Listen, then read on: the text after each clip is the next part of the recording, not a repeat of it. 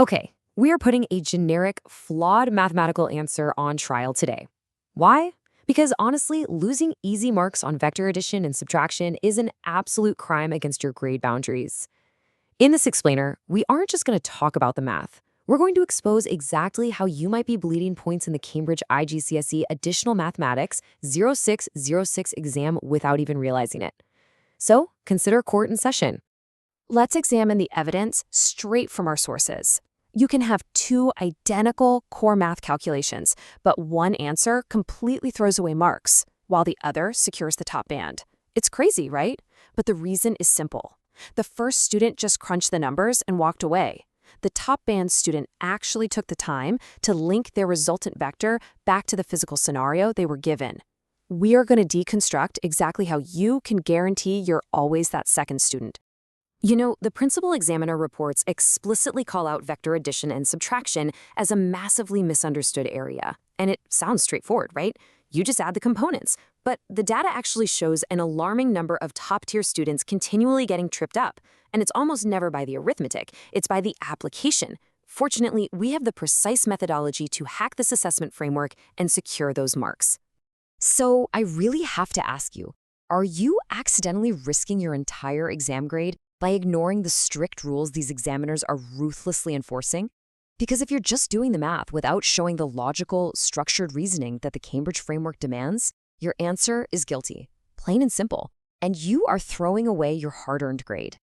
All right, let's dive right into this. The absolute classic error that just ruins ordinary revision is failing to link your vector addition to the specific scenario provided. This is a massive examiner alert directly from the source material. The classic mistake is providing a generic, naked number as an answer. You calculate the vector, sure, but you don't explicitly state what that vector represents in the context of the question. You have to always link every single point to the given scenario. Looking at the data from past papers, there are 3 fatal mistakes that cause candidates to bleed points on what should be super straightforward calculations. Number 1, forgetting proper format. We're talking missing vector notation like underlines or column brackets. Number 2, failing to check presentation and just leaving messy, unannotated work. And number 3, as we just saw, giving answers that are completely detached from the context. You see, Cambridge requires logical, structured reasoning and deep analytical depth. They don't just want superficial guesswork. The assessment framework prioritizes how well you actually understand the underlying concepts over how quickly you can punch numbers into a calculator. They are literally testing to see if you understand the theoretical architecture of the problem itself. Now, in just a moment, I'm going to reveal a hidden examiner clue tucked inside complex vector texts that literally changes the answer completely. But first, you need the framework to actually make that clue obvious. Because think about it, if you don't know what you're looking for, you'll read right past the very detail that the examiner uses to separate an A grade from a B grade. Section 1, the defense strategy, the method mark. This brings us to your ultimate legal defense in this exam, the method mark strategy. This is where Cambridge awards you marks for the process, not just the final verdict. If your methodology is visibly sound, you're protecting your grade boundary even if you make some silly arithmetic error at the very end. But you have to prove your method to the jury, the examiner. This sequence is strict. First, you deeply read the complex text. Second, you select the appropriate method. Third, you explicitly show your steps with undeniably clear working. Fourth, you check your accuracy, and only then do you present your final answer in the proper format.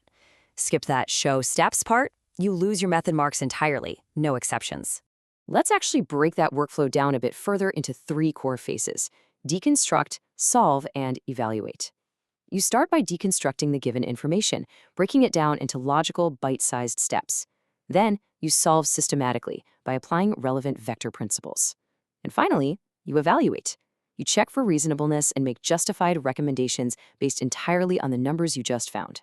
Now, what is really fascinating about this is that the principal examiner reports explicitly state that referencing causal relationships and making cross-topic connections is the secret sauce that sets top-performing students apart.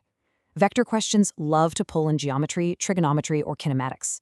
If your working demonstrates that you see how vector addition integrates with these other syllabus areas, you are going to achieve significantly higher marks. It's a real game changer. Section 2, Escalating the Stakes, the Cambridge-Style Challenge. Let's see how all of this builds when we apply our framework to a much harder proof-style reasoning problem, where ordinary revision usually just falls apart. This is where the cognitive demands shift from basic application to deep, rigorous analysis. For these complex texts, you absolutely must stick to standardized systematic processing. The sources emphasize strict conventions here: proper headings, correct terminology, appropriate formats, and crystal clear annotation. You identify the key elements, execute the analysis, verify the results, and present it perfectly.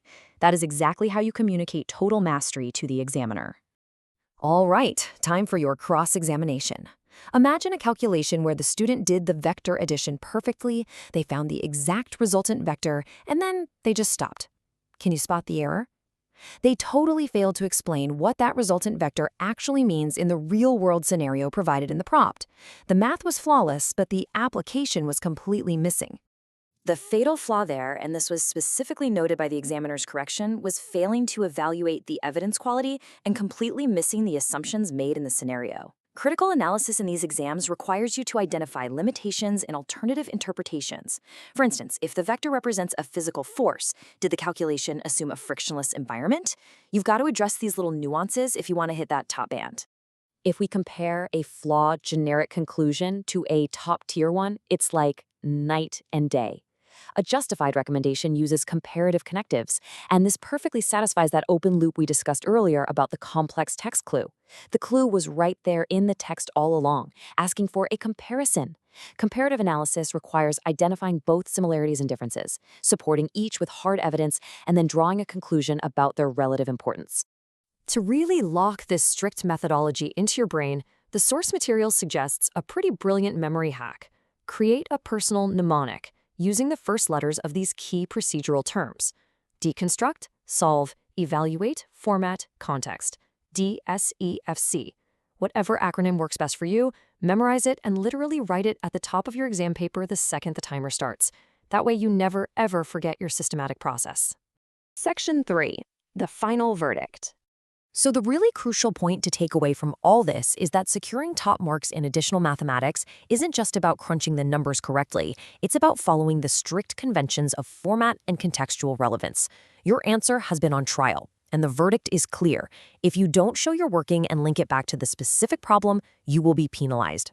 Before your next study session, use this framework as your final checklist.